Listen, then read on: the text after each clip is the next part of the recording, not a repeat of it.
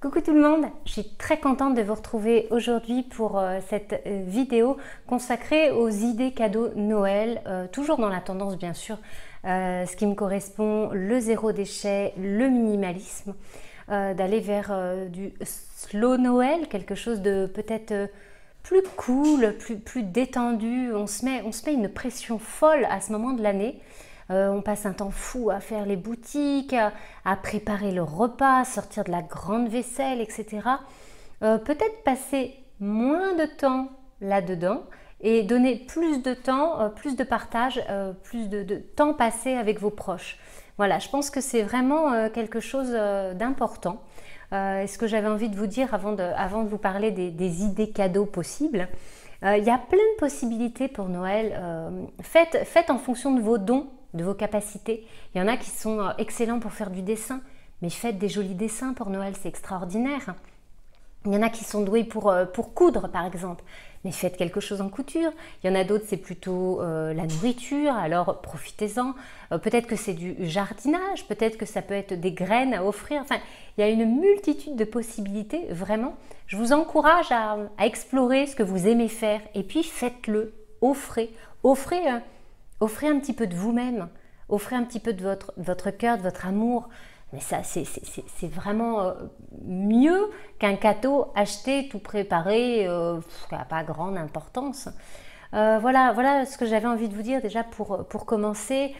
Passez du temps à fabriquer vos décorations. On peut faire, je ne sais pas moi, des guirlandes avec du pop-corn, avec des bouts de bois, avec des pommes de pin. Enfin bon, il y a plein de trucs. Nous, on va faire un sapin avec du bois flotté, du bois qu'on a récupéré sur la plage cette année. Donc, si vous avez envie de nous suivre, eh bien, rendez-vous sur Facebook et Instagram. Je pense que je mettrai les photos, les petites vidéos là-dessus. Et puis voilà, prenez le temps de faire vos cadeaux, de les penser, de réfléchir plutôt que de courir les magasins, de courir sur Internet, commander. Voilà la catastrophe. Voilà, privilégiez aussi bien sûr les cadeaux d'occasion. Alors parfois ça peut mettre mal à l'aise certaines personnes, on peut peut-être en parler. Personnellement, moi je sais que mon fils il en a mais alors rien à faire de l'emballage cadeau. Lui ce qui l'intéresse c'est ce qu'il y a dedans, donc à savoir si c'est neuf ou pas, ce qu'il veut c'est avoir le petit truc pour pouvoir jouer avec et puis c'est tout passé. Donc des cadeaux d'occasion sous le pied du sapin ça passe très très bien. Bon, allez, on rentre dans le vif du sujet et la première chose, c'est de penser bien évidemment peut-être à des cadeaux immatériels. Donc des cadeaux qui ne sont pas physiques, voilà, qui ne vont pas encombrer les maisons. Et il y a une multitude de possibilités dans ces cadeaux-là. Par exemple, vous pouvez très bien offrir un pass ou des abonnements à l'année ou bien même ponctuels. Pourquoi pas des séances de cinéma, ça peut être des visites, des musées, ça peut être pour des activités sportives, pour des spectacles. Ça c'est super aussi pour le spectacle. Nous on a été voir là le Cirque du Soleil à Bordeaux avant les fêtes et franchement mais on est fan. Voilà, ça c'était un bon moment en famille et on adore. Ça peut être un parc d'attractions, du théâtre, aller écouter de la musique, un concert. Enfin bon, il y a plein d'idées quoi. Un petit week-end, une nuit insolite dans un arbre aussi, ça pourrait être chouette. Une idée resto, enfin bon, voilà. Donc ça, c'est des cadeaux où les personnes, elles vont vivre des expériences. Et ça, c'est top. Vous avez aussi la possibilité de soutenir, pourquoi pas, des associations et de parrainer éventuellement un animal. C'est possible, par exemple WWF le propose. Donc c'est une bonne action, ça pourrait être un cadeau aussi pour un enfant, s'il a un animal préféré, un singe ou un ours, j'en sais rien, un éléphant. Et voilà, de faire une bonne action et en même temps de pouvoir en parler avec l'enfant. Voilà. C'est aussi l'idée, pourquoi pas, de planter des arbres. Ouais, ça peut être quelque chose de plutôt sympa, c'est aussi à offrir pour Noël. Vous pouvez participer au développement des forêts de l'Hexagone et parrainer un arbre dans une forêt, par exemple, proche de chez vous. Je vous mets tous les liens, tout ça, vous avez tout sous la vidéo si ça vous intéresse.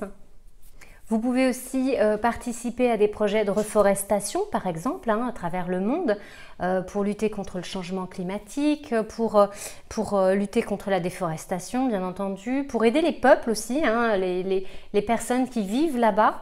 Donc ça pourrait être aussi un cadeau original à faire à quelqu'un, à un de vos proches.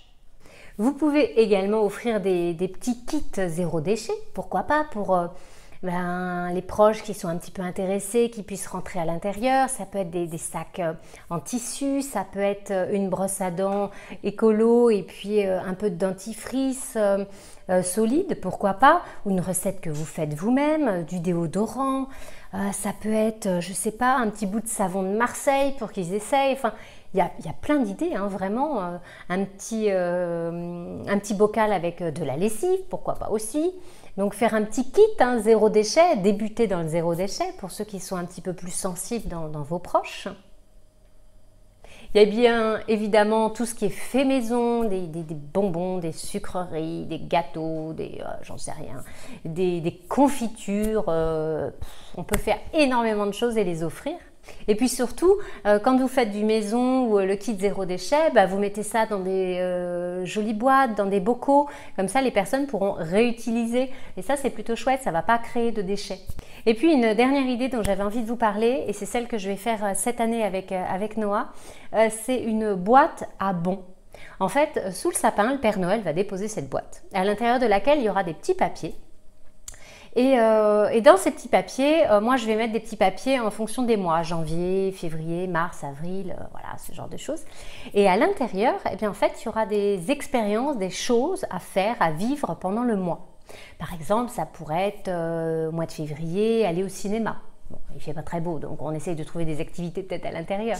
Ça peut être inviter un copain à la maison, faire une soirée crêpe, aller dormir dans un arbre, faire un week-end, je ne sais pas moi, à la montagne. Enfin, voilà, je suis en train de réfléchir à tout ce que je vais mettre à l'intérieur de la boîte à bons. Et du coup, ça va être des choses, des expériences qu'on va faire tout au long de l'année. Il est cool, le Père Noël. Et on va en profiter toute l'année et ce ne sera pas des choses qu'on va accumuler dans la maison, mais plutôt des expériences. C'est la première fois que je vais le faire, donc on va bien voir comment il va réagir. Et je suis sûre qu'il va la demander l'année prochaine. Ouais, à mon avis. J'ai été très contente de passer ce moment avec vous, parler des possibilités de faire Noël différemment. Donc, il y a vraiment énormément d'idées, il y a beaucoup de choses sur Internet. Si vous en avez d'autres d'ailleurs, allez-y, mettez-moi dans les commentaires. Je suis toujours curieuse de connaître. Et comment vous allez faire vous, Noël, à la maison? Comment vous allez faire pour vos cadeaux? Voilà, si vous avez aimé la vidéo, vous pensez au petit pouce. Et puis également, si vous ne le savez pas, pensez à cliquer sous la petite cloche là en dessous de la vidéo dans YouTube. Ça va vous permettre d'avoir et d'être averti pour les prochaines vidéos et de pouvoir suivre toute l'aventure si vous aimez ce que je présente, bien entendu. Voilà, je vous fais de gros bisous et je vous dis à très bientôt.